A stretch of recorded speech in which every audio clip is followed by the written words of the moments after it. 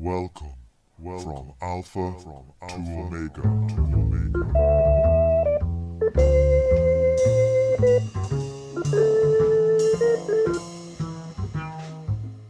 Hello, and welcome to the 68th episode of From Alpha to Omega. Today is Wednesday, the 13th of April 2016, and I'm your host, Tom O'Brien. This week, I'm delighted to welcome back to the show Derick Varn. After listening to the previous show about cultural Marxism with Doug Lane, Derick sent me an email saying he'd like to come on the show and give his 2 cents. What followed was a wide-ranging discussion on ideology, value theory, and the historical emergence of capitalism.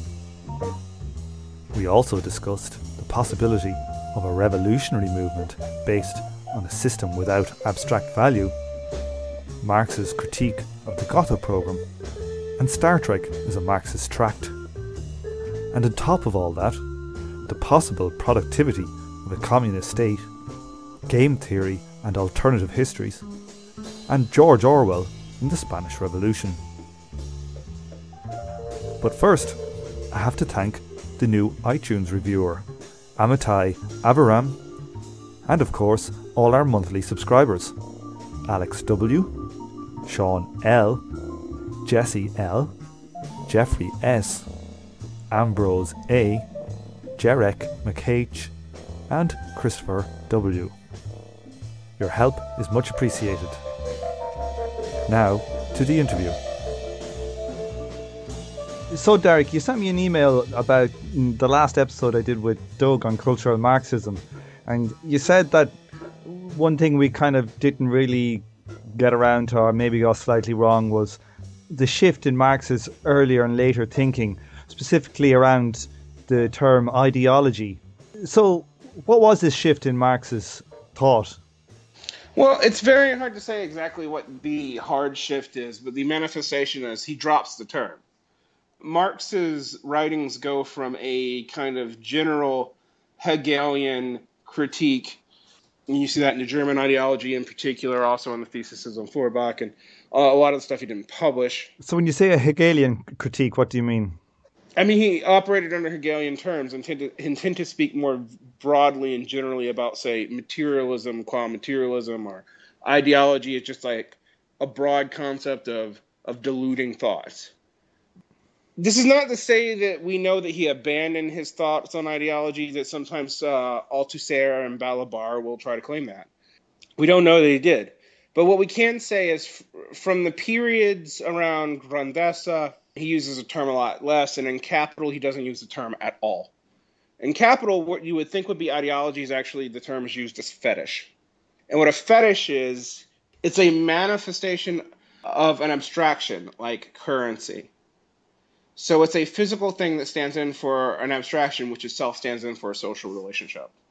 So this is the idea that money is not some external thing. It represents a social relation between parties and maybe the amount of labour that's in an object. And then you get a real thing in the world which is trying to express an abstract relation. Right. And so ideology may or may not be about that. I mean, Marx's use of the term is not as specific as later thinkers, and later thinkers tend to superimpose their readings of ideology back onto Marx. That could be the Lacanian Hegelian reading of Zizek, which I don't think is actually particularly coherent. And I could go into why if you really want me to. But ideology for Zizek is basically everything and nothing. It can be the real material ideology of Althusser, although I'll be damned if anyone can tell me what that actually is, other than RSAs and ISAs. What are RSAs and ISAs? Repressive state apparatuses and ideological state apparatuses.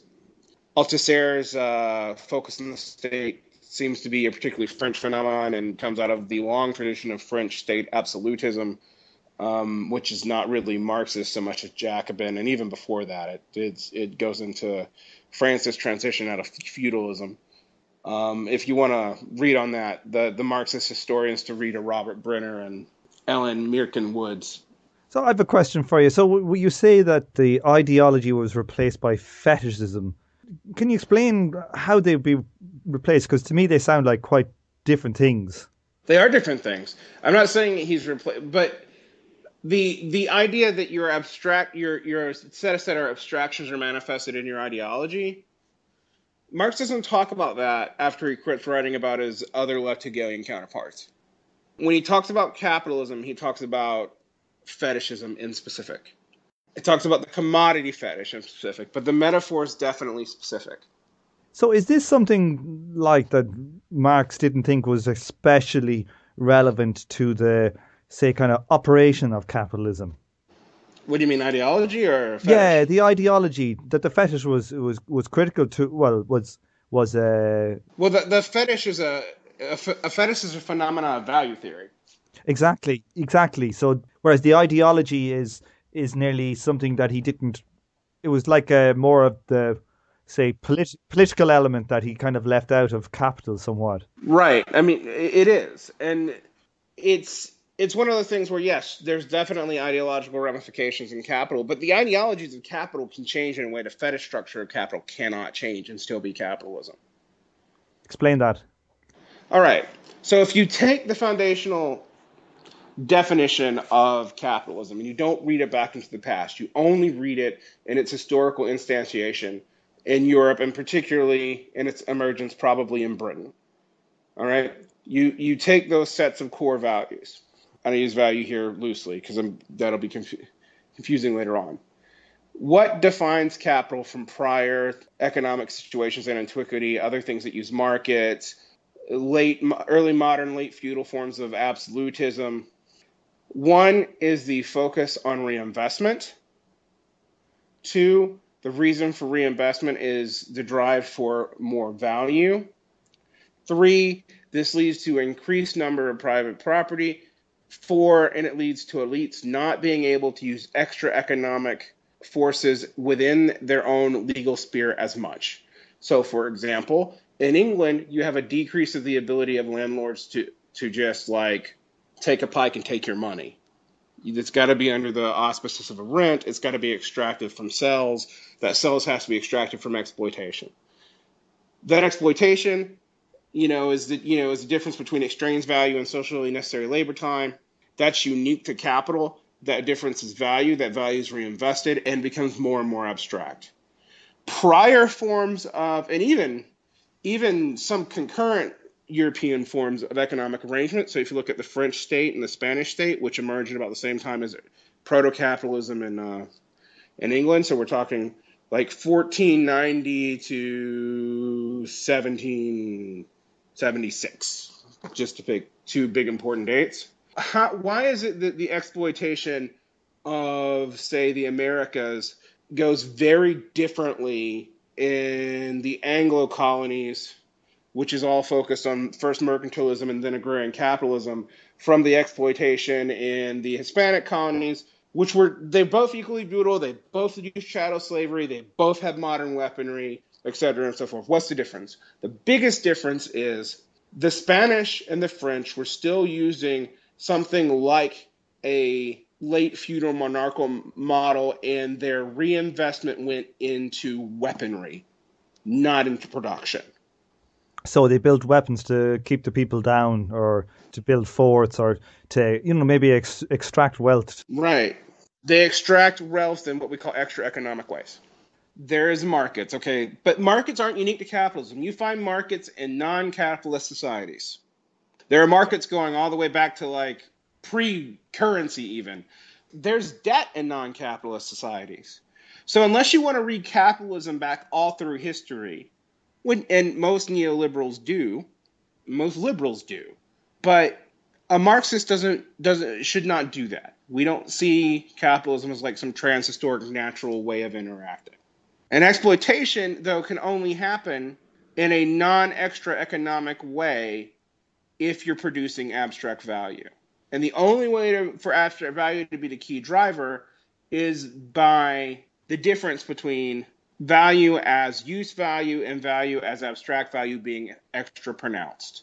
The reason why value as abstract value becomes important is that you produce all this value on paper that determines all kinds of things. So the predominance of markets in this situation leads us to be able to get a good idea on what an actual price is. Back in the day, if you had, some dude in the west of Ireland and, collecting mussels or something and trying to sell them somewhere to some other people who are inland, they wouldn't really have an idea what's the labour involved so much. You could, it's not going to be a hard price like a market is today. Right. So you got predominance of these markets, and then you have exploitation on top, which means that when you have the market dominating and you have people being exploited. I'm not necessarily saying markets could exist in a communist society, for example, but markets themselves are not the key function of what makes something capitalism. That is a liberal idea. That is not a Marxist one. For example, if I am a producer of a product of labor and I don't have any employees, but I own my own machinery, I own my own labor, and I'm a yeoman of some kind, right?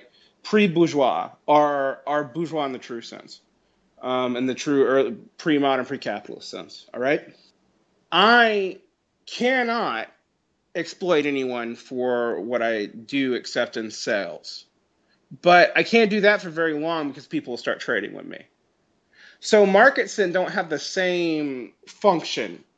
They still have the same epistemic function, but they don't have the same. An epistemic function is just like a way to kind of aggregately affiliate value by transactions. I'm not as sanguine as most capitalists in how effective it actually is for that, but it is what it's doing.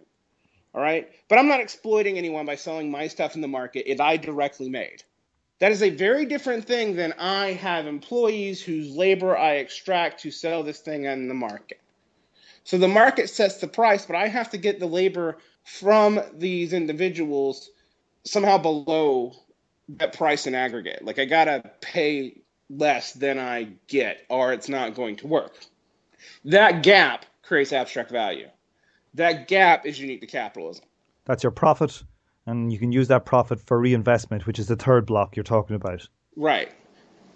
And it's reinvestment into the productive mechanism, not into other means of getting use value. If you're just concerned about use value, investing is a gun, so I can take your shit.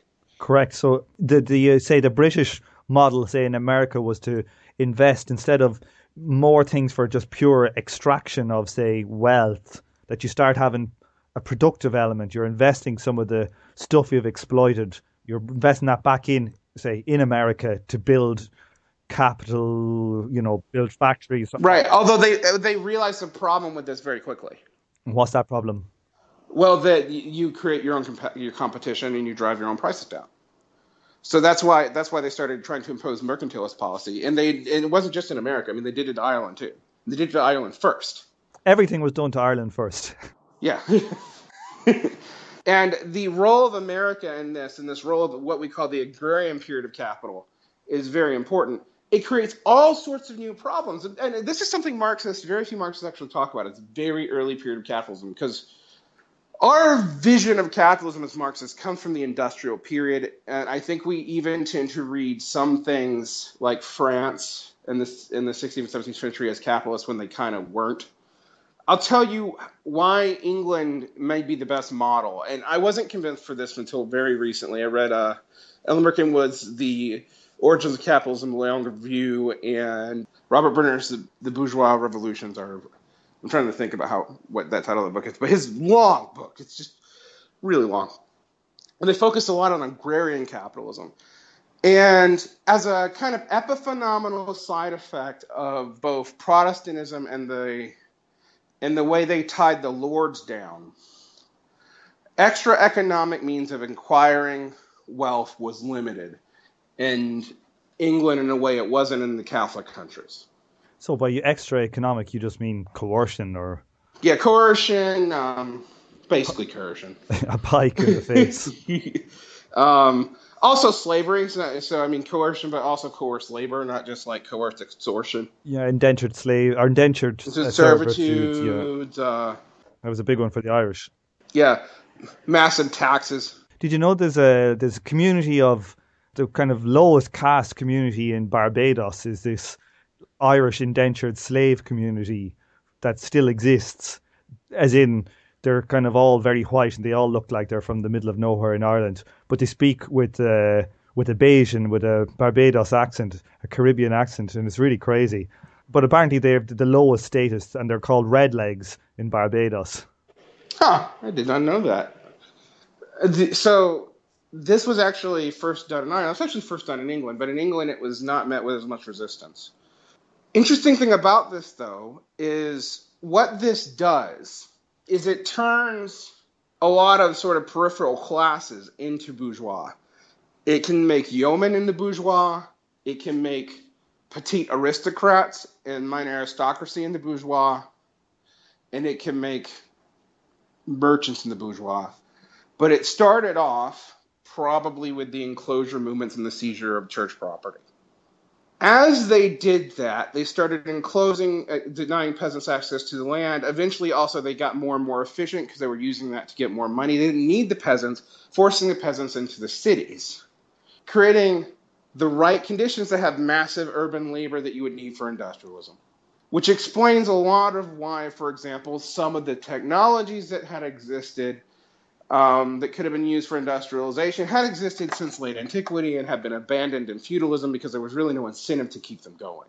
So the incentive back then was people weren't bothered if you were a lord or something. You can just extract a rent of wheat or whatever it is, that produce, and you can live like a king and you can sell that in a market and get money for it. But you don't. It's more like a consumption of the surplus as opposed to a reinvestment in new machinery for your peasants to produce more.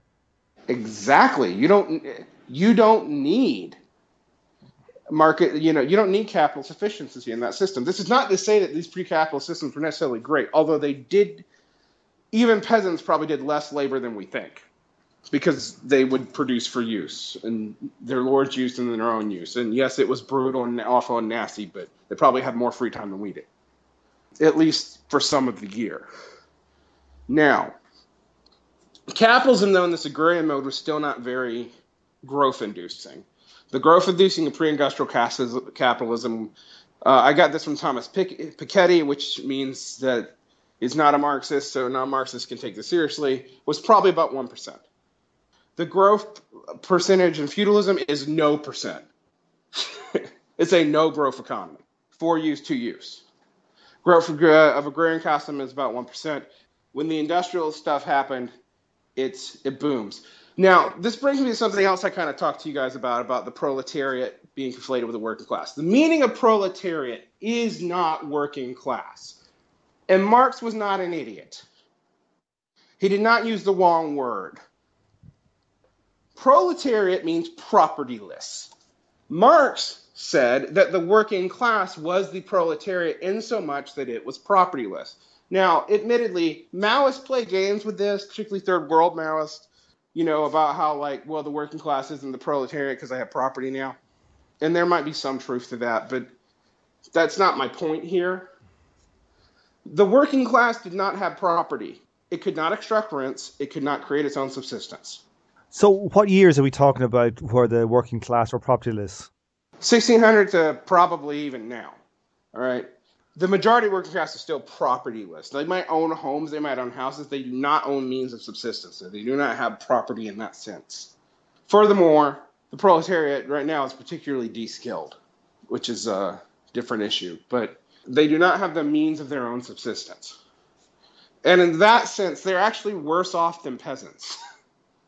Because peasants have the means of their own positions in theory. They can have a chicken and four pigs and survive the winter. Right. The valid argument the Maoists have made about this in regards to settler colonialism, and I do think this is valid, I don't think it's true now, but it was originally true, is that the working classes of the settlers and settler colonies did have real property in addition to being working classes. A friend of mine says America's founding myth is based on the yeoman brain, and I think that's somewhat true. So this is the idea there was so much land going, everybody could have a farm. Right, and even if they worked in the cities, they still know someone who had a farm, and they could have other investments. So is this idea then of the proletariat versus the working class, is this something that kind of Marx misread about how capitalism would develop? Has there been a structural change from, say, the complete destitution of the working class in Marx's day to, say, to now, where people, I think they don't feel, maybe it's just propaganda, but they don't feel as bereft as they would have, say, in the 1850s, say, in England? They aren't, but they also can't. They aren't. They aren't. That's true. I think Marx was wrong about the timeline. Sincerely, What do you mean by the timeline? I think he thought the declining rate of profits happened faster than it does, and I also didn't think that we knew about long-range social cycles that sort of semi-reset things through the crisis itself. All right, declining rate of profits leads to war. The war leads to destruction of surplus goods. Surplus goods leads to destruction of surplus value. Hence, you can soft reboot the system every 70 or so years. And this was something you think that Marx didn't figure in? No, although it's completely consistent with his own theories. It's just that in 1860, this was a lot less obvious than it is now. We've had 5 generations of industrial capitalism in most of the developed world now. Marx had half of one, and then one in England, 2 in England, and half in the rest of Europe to base his observations off of.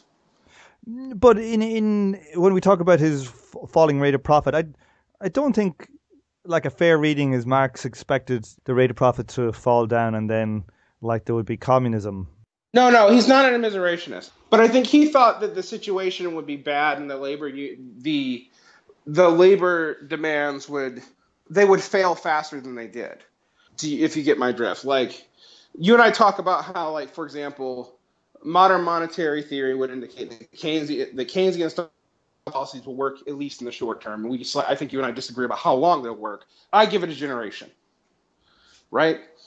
But if you you can go through a cycle, then reboot with something like Keynesianism, then collapse, and then that'll get into stagflation, then it'll collapse. You go back through the cycle, and then by the time you get through a long cycle, about 7 years, usually some kind of war or national disaster is going to happen, and there you go. You can go through a lot of reboots that way. The latest stuff is 60 foot flooding in 75 years' time. There goes half the world's capital investment. Exactly. I mean, there's plenty of things to wipe this out. There's other pressures. I mean, there's population pressures, which something Marxists just don't take account into.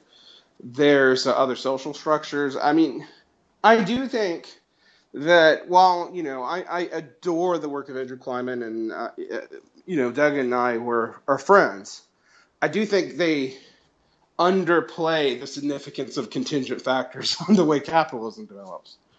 But capitalism is, because of its focus on abstract value, is remarkably good at adapting because it puts so much emphasis on reinvestment after a crisis.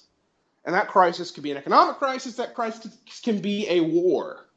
It can be a meteor. Yeah, so this idea of, constant, if everything gets destroyed, you have the system in place to renew, essentially. Right. And in that sense, capitalism is incredibly effective at outlasting its own systemic contradictions, because ironically, though, a lot of the crises that it's renewing from are crises that its own structure causes. So crisis is both the savior and this fundamental reason. Yeah, it's the savior and the fundamental problem of capitalism. It has this idea, it's like birth and rebirth. It's getting very Asian here now. We're getting the yin and yang. I mean, Schopenhauer, the Austrian economist, wasn't wrong about the importance of creative destruction for capitalism. And at a certain degree, Marx presages that by pointing out how much destruction it actually requires if it doesn't stagnate. Any of these liberal economists, whatever type, essentially, I think they've all read Marx, and then 20 years later, they reword his theories. And then people say this is a fantastic new theory, and then they coin it a new name and they become famous. Well, but my favorite is how the falling rate of profits has become back in vogue amongst legitimate non-Marxist economists. Not that Marxist economists are illegitimate, but you see it discussed in The Economist magazine. So what did you say that Andrew Kleiman, you think, I don't know what you said exactly words, but like I think they sometimes underestimate the effect of contingent factors on capital. you're talking about external crises rejigging the whole system. You think? Oh, I don't know. I don't know that I don't know his position on this. He doesn't talk about it. Yeah, no, I think he doesn't really talk about it, but I think he defends, I think he kind of is very adamant about not looking towards the falling rate of profit as something that just goes down. He explicitly argues that it's something that rebounds, and that it's not a cure-all for, like, there are people out there that look at the falling rate of profit historically and they graph it. My first debate, how I actually really got involved with Kleiman, was I accused the Marxist humanist, not so much him, actually more Donetskaya, who I'd read, but a little bit him, of being a immiseration theorist because of how much focus they put on the falling rate of profit. But I did not realize how important long wave cycles are to their theory. And so I'm not saying anything that they're not saying. What I'm saying does not disagree with them. It's just it's a difference in focus. I might disagree with them on the origin, on how pervasive capitalism was at its origin. I'm not even sure about that, because again, it's not Andrew's focus. It's not Doug's focus. That's more my obsession. My reason for that obsession has to do with my cynicism, and this does put me in a different category from Andrew Kleiman and Doug, about being able to think your way to a revolutionary position where you could pre-plan what the next stage of the economy would be. I don't think that. I don't think Marx thought that. What you mean? You don't think you can come up with ideas about what a new economy would look like? But not before you start to do. You can only know that negatively. I suppose you can say that about anything, about any kind of plan you have, that it won't exactly exist as it does in the abstract. But I think you can have general understandings of, like, I think if you don't theorize it and try and understand it, you can never launch a thing if you don't have plans in place. I think that's wrong. I think that's historically just actually nuts. I think I can actually just tell you flat out that you're wrong about that. Like Capitalism did not emerge from a plan. No, all. Absolutely, capitalism didn't. Yeah, absolutely. Feudalism did not emerge from a plan at all. Late antique slavery economy did not emerge from a plan at all. There's not a single developmental stage in the development of modern economy that I can say emerged as a coherent ideology before it existed. Not one. And my fundamental argument with most socialists is that you can think that we can somehow think about the conditions of what it would take to produce a society on our scale without value before we can start to undo the society that we currently live in, which has predetermined our notions about value.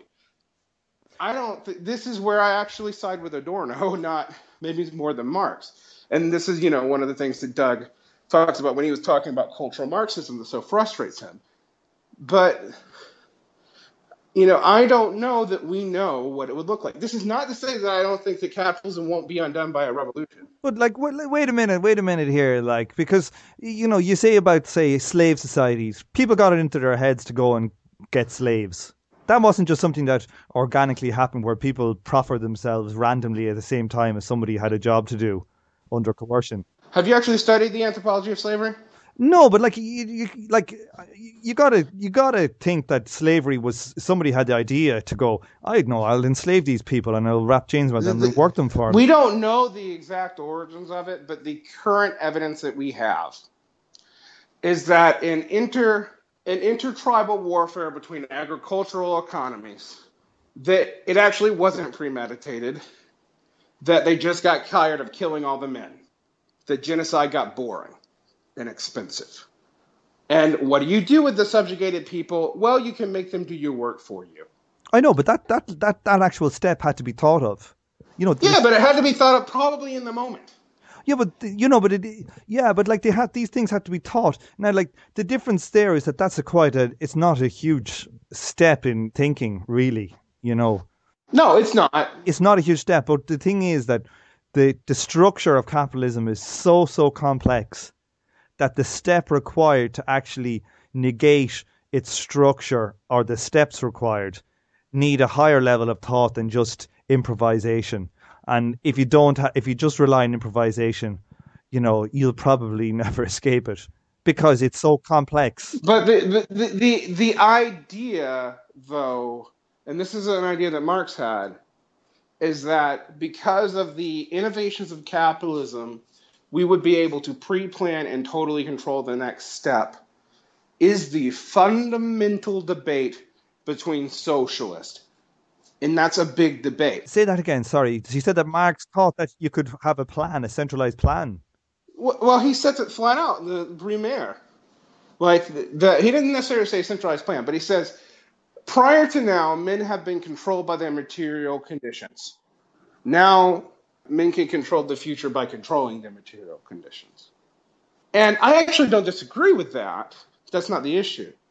If you mix that with central planning, preemptively, you essentially say, I know what we need in an entirely differently organized society.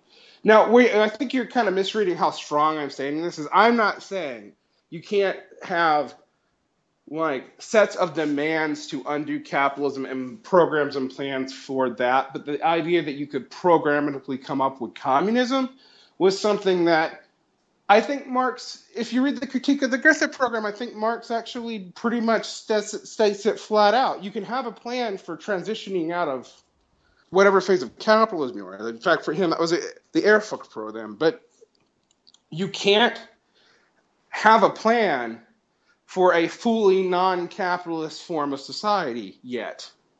We don't know what that would look like. That's why he talks about, stages, which I think is confusing to people. But is that not, was part of that not some of his way of trying to say that we have to scrape back so many layers that we don't know what the layers we have to scrape off are, even ideologically or whatever. But if you on the Gotha critique, he critiqued something that was explicit about the Gotha program was about redistribution, as far as I can remember. And he talked about labor tokens, and he used that specifically to try and break the relation of value, which seems to me to be a very important point. But it takes all of 5 minutes for someone to take apart a labor token as a way out of value. I can do it to you. I almost wrote you a whole letter when Paul Cockshott appeared on your show. Paul Cockshott said for things to be fair, that you can't just pay everybody the same thing. You have to pay them based on their labor and the prior investments to be able to do their labor. What rule of the Goethe critique does that miss? I don't know. Tell me, because I can't remember. That such fairness already somewhat exists in liberal societies. He actually says that about Lassalle's program. That if you did something like just labor tokens and then went back and factored in prior education, you actually will create a class society, because there's going to be one sector of workers, because of the nature of what they do, it's going to have more education, and that's going to have to be compensated for some way.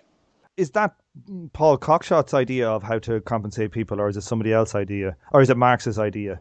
That's Paul Cockshott as when you asked him. I mean, is like what I'm trying to say is that like there's no reason why a doctor should get more pay than a bin man in a socialist society. Except that it's going to take a doctor 10 years to learn how to be a doctor. It's going to take a bin man 1. Or no years. Yeah, but the thing is that a doctor might much more enjoy his job than a bin man, so maybe you should pay the bin man more. You're acting subjective notions of value into it, and you can't do that. We're talking about a society with no value, you see. We're talking about how we price labor. But you're talking about how you price not labor. Price is the wrong word. How we distribute goods. How we compensate labor, how we distribute goods in a non-capitalist society. And you will notice that you can't even talk about it. You can. No, you can't. You are talking about it in terms of capitalism right now. You cannot talk about it without the same thing. What do you mean? I'm confused. I don't know what you mean. I mean, you don't know how to, I can't either. No, but you can kind of vaguely, nebulously conceive what it would not have. You're in a communist society. You got a doctor and you got a bin man, right? Well, but in a communist society, you don't compensate anybody. Well, you do compensate.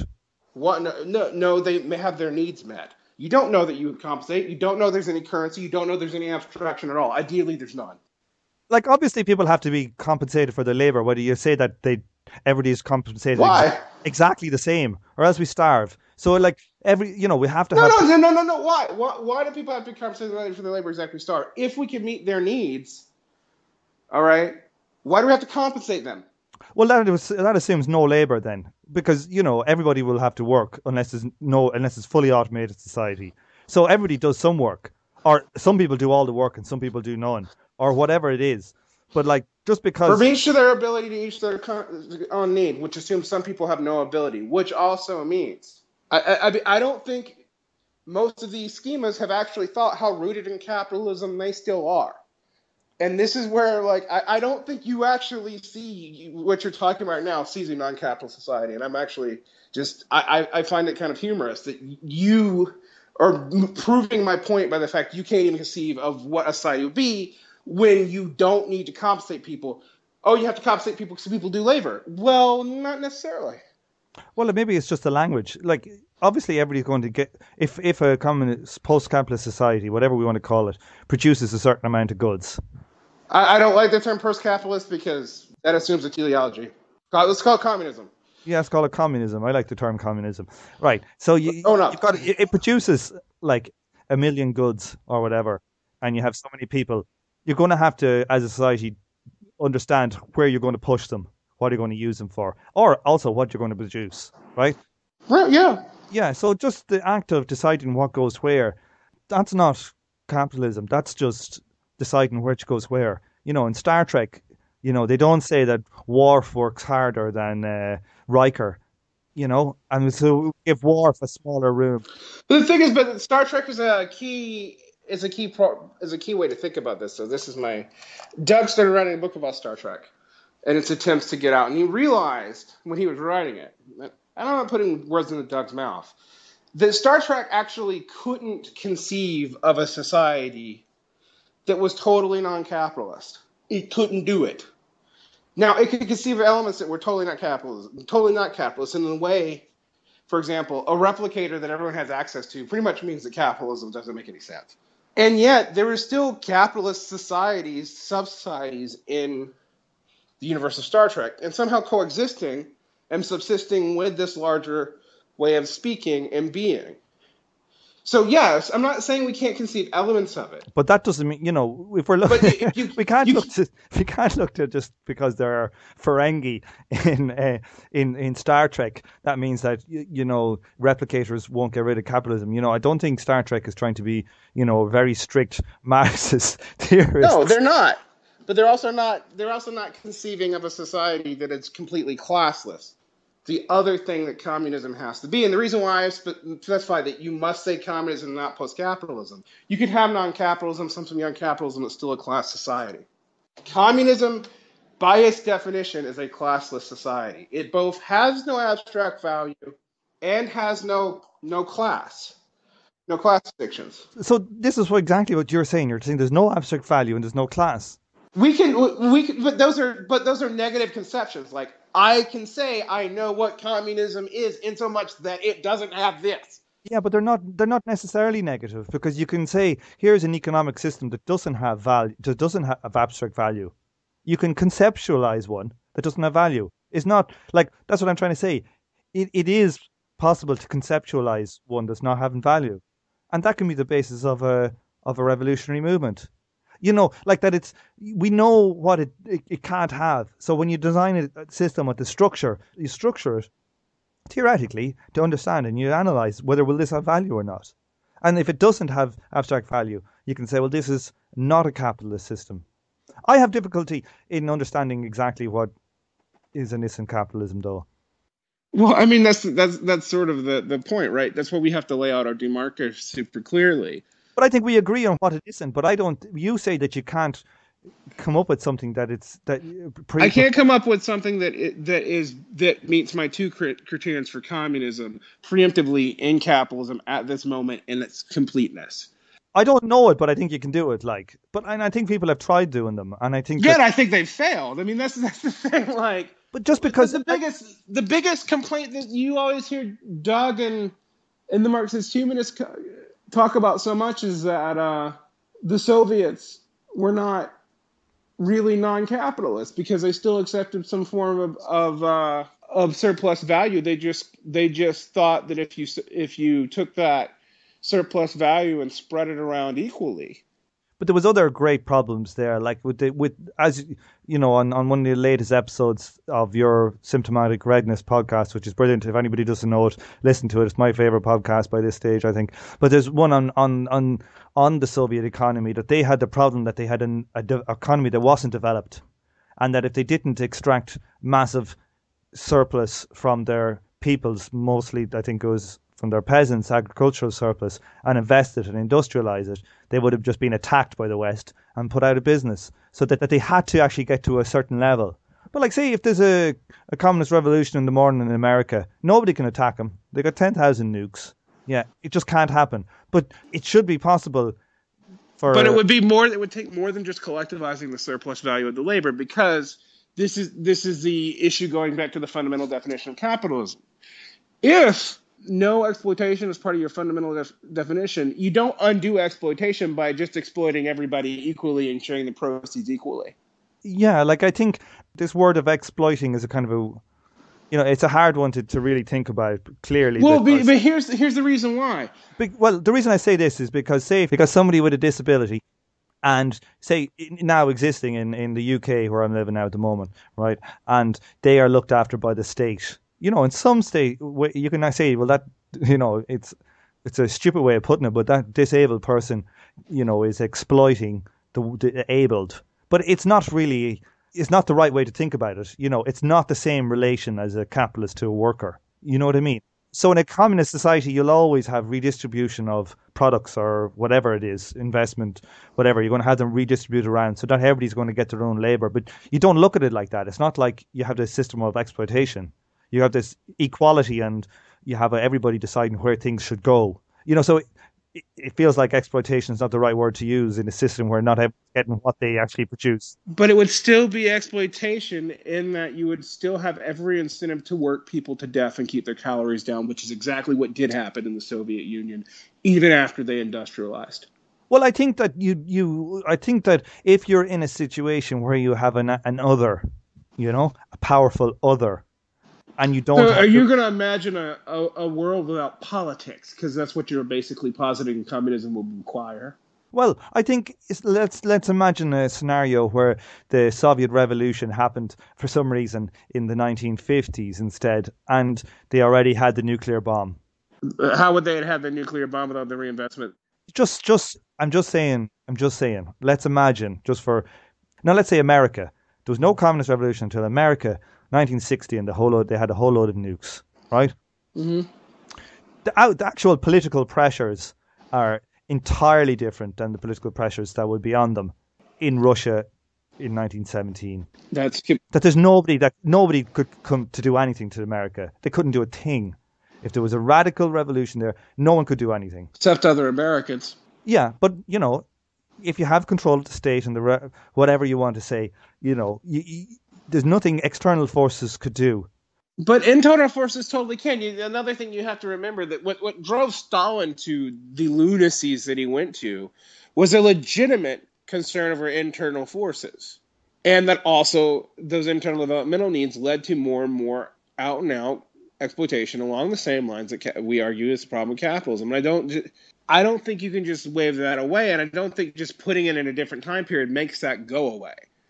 The idea that you would fix the scenario by just taking the surplus value and redistributing that surplus value equally, well, that just makes everyone else exploiter. That's not what communism is, and that's explicitly stated in Marx, pretty much verbatim in the Critique of the Goethe program. It's also why the state's not needed if you're actually in a scenario where you have a communist society, but you have to get through several different other things to get there. I mean, we don't know what they all are. We could probably have a program to get to something like socialism, which is the workers' control of the state and the workers' ownership of the means of production, We can know what that is, ish. Although that has totally never completely happened. But we know what that is. We can set up a set of predefined things like this is this, and the workers there has to be some sort of worker control over the apparatus of the state. The other classes have to become subsumed into the working class. The state must own the means of production because we still have a concept of ownership, and that can be used to break that concept down, et cetera, et cetera, et cetera. Yeah, like, so one of the things is like in capitalism, the biggest driver of productivity is this exploitation of labor and competitive markets, right? Yeah. Now, if you were to have a communist revolution in the morning and you had a system, can it have that productive element that capitalism has? I have no idea. I mean, well, this is a key thing, like that, because you have your outside pressures and all this. Unless the whole world magically goes in the way the one time, you have this problem of productivity. Well, I mean, it gets us back to the Star Trek problem in that let's say even if the capitalism was no longer the dominant social form sometimes, and in which case, if that was the case, it would pretty much die as a social totality. There could still be pockets of it. I mean, just like there's pockets of feudalism still existent. It's not like everywhere on Earth is completely and totally capitalist yet, although we're all pretty damn close now. So it's not, I don't think those are the key issues. And this is kind of what Doug was getting at about when he talks about thinking about it positively. We have come at it at a completely different means, but we agree on this. The Soviet Union, because of where it was developed, and if it had continued developing prior, by the way, if you read Marx's letter to Vera Zerlich, he actually talks about the fact that he didn't think what the Soviet Union was, what Russia was going to develop into, was either communism or capitalism. He said that the specific way that the peasant Soviets, and by Soviets here we mean council control land, could have developed in a completely different way. He says that outright in a letter to a Russian anarchist. So he obviously thought there were other ways to develop into modernity. But those ways, for the most part now, really are gone. The other model that we could really talk about that I mentioned briefly is like French absolutism, which was another attempt to go into modernity and modern production. The problem with French absolutism was it didn't reinvest enough and led to all kinds of state crises, but it did have sort of proto-capitalist or quasi-capitalist elements in it, and that really came out in a revolution. So it's hard to say whether there was another modernity possible, but Marx seems to indicate that there may have been in his letters, and these letters are particularly late in his life. These are, I think, written in 1881, so near the end of Marx's life. The problem, well, I think you've got numerous problems. You have this kind of game theoretical problem. You have this game theoretical problem that when one nation switches, all the others are going to attack, and you're going to have pressures on this nation. Right. So you got these are like game theoretic ones. You see these simulations that you run over long periods of time with the probability of one doing. But sometimes you have these events can occur where many countries close together could do it at the one time, and they've got a feedback effect. And then you see this in systems theories. You'll see where things oscillate from one state to another state, and there's no kind of real intermediary one. So you have that idea of a kind of a systemic problem of going, not just a problem of, let's get rid of value in this one place, but you have this, even if you do that, you have got these systemic problems. And on top of that, then you've got the problem of when we get this system, we know that, say, doesn't depend on abstract value. It tries to get rid of that capitalist kind of key component and, say, class as well. That you have to see how that works in reality. Like, literally, that might have a lower productivity rate, like, say, agrarian capitalism had versus productive capital, industrial capital. Well, I mean, honestly, at this point, to save the world, we might need it to have a lower productivity rate. But what we don't want is a mass die-off in the interim. I mean, yeah, but I mean, like that. Literally, that in if these institutions have a communist stuff, they might be zero growth. They literally might be like, we get to a certain extent and then we decide to basically go to some kind of utopian feudalism where things don't grow in any way, which is probably what the planet fucking needs. But like that's but the problem is that this is not a game theoretic model that works. It's because if you've got a neighbor who's growing at 6% per year, and they're going to have in 20 years they're going to have an economy 2 or 3 times your size, and they're going to have weapons that are 2 or 3 times the capability they can attack. Right. So the incentives, both internal and external. I mean, this is the so this is a real problem. Yeah. Yeah, real problem. So you have got all of these things. Well, I mean, and on top of all that, we've got resource restraints that are happening now. So you've got this, you've got a trifecta of bad things. I disagree with you so much on, I think you can come up with a system that is non-capitalist and you can show basically how it'll work. You can know what the institutions vaguely you might need to have to change the institutions, but you don't know what's the productivity of that. You don't know, and I think that's a huge element. Well, I mean, actually, I think you and I are not disagreeing as much as it sounded like I was just getting pissy about conceptualization. But to clarify what I mean, of course we can think of non-capitalist societies. There's been non-capitalist societies. I mean, modern ones. Yeah. But I mean, well, yeah, but you can imagine modern feudalism. We don't want it, but you can imagine it. You can even imagine a way that capitalism could regress into it. In fact, I can easily see that. But what we can't know are exactly all the variables that would have to be dealt with to make such a thing possible. We can't say totally demand this, and this, and this before preconditions of even beginning a revolution, because we don't know for exactly what the productivity growth is going to be. We don't know what the external factors are going to be. We don't know what our own internal politics are going to be, because they're going to change. We don't know how. And so you cannot possibly come up with an entire contingency for it pre-planned in a programmatic way. That's all I'm saying. I'm not saying like, we just have to be fatalistic and wait for capitalism to fall. I think you could come up with elements of these programs. But not a total program. But I think you can come up with necessary elements, or you can say we have like a 10-year plan, which would be, the introduction of these certain types of things, and we need to do that type of stuff. If you're the communist revolution in the morning, you're not going to get rid of money. It's just not going to happen. No, I don't. I completely agree. So there will be unless we have waited so long for the revolution that money has gone away for some other reason, which seems to me like more insane than. No, you're right. It's there are fundamental structures, and I think that you can plan towards that. I don't think you can micromanage the whole thing, but Okay, well, we're going to agree to disagree here, but let's actually talk about. I think it's a disagreement on scale, perhaps. Yes, it is. I think you and I agree that we can conceptualize what non-capitalism would be and what. Let's talk about communism. Let's talk about proper, fully. We can maybe even conceptualize on what communism would be and what we think would be necessary for a transition to it to begin. Yes, or necessary for once that transition. Say, what is necessary for that transition? Right, which itself would be a total social revolution. I mean, but what we can't insist on is that we could implement this on a worldwide scale on day one, knowing everything and being able to. I mean, it just seems like, for example, if I planned out Paracon, right?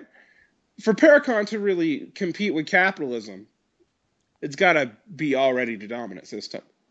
Like, I don't see how it works. It makes you too vulnerable if other things haven't already gone away. Because it'd be very hard for a Paracon system, for example, to coordinate an army. I mean, and these were the old Soviets used to say this about like confederated socialist anarchism, but they weren't wrong. I mean, But you read an homage to Catalonia. The problem there was not so much the way the anarchists were working; it was that the Russians had all the weapons. Well, yeah, that's true too. But the anarchists there weren't the only, we talk about the anarchists because it's the side we like, but the CNT was an electoral party and had plenty of other elements in it. I mean, yes, they were actually predominantly anarchist and they were syndicalist. I mean, And there was Marxist organizations that were like, I don't know, like the one that Amish Catalonia, what do you call them? He was a part of a Marxist organization. Yeah, the Trotskyists were in a united front with them. POUM, how you pronounce that? The POUM. Yeah. It sounds like French for a fart. Right. Le POUM. But to bring us back to the problems of like what's going on in Marxism right now and what's frustrating everybody. So the three dominant trends in Marxism is what Doug calls cultural Marxism.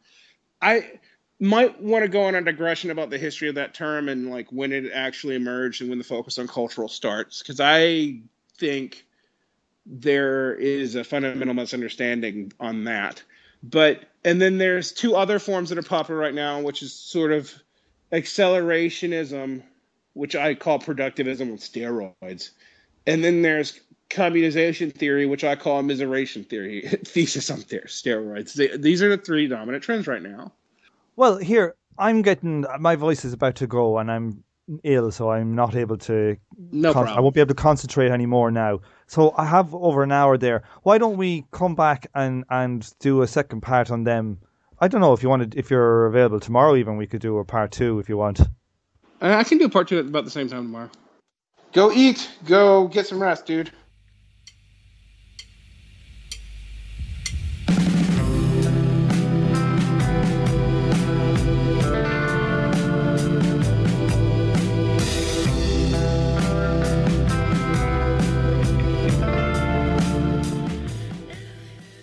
On this episode, you heard the theme tune, The Order of the Pharaonic Jesters, by Sun Ra and his Arkestra, and you are now listening to The Wytches with If Not For Money. You can find Derick's writings at his blog Symptomatic Commentary, and you can also listen to his excellent podcast with his co-host Amog Sahu, Symptomatic Redness. Thanks for listening, and I hope you join me for the next episode of From Alpha to Omega.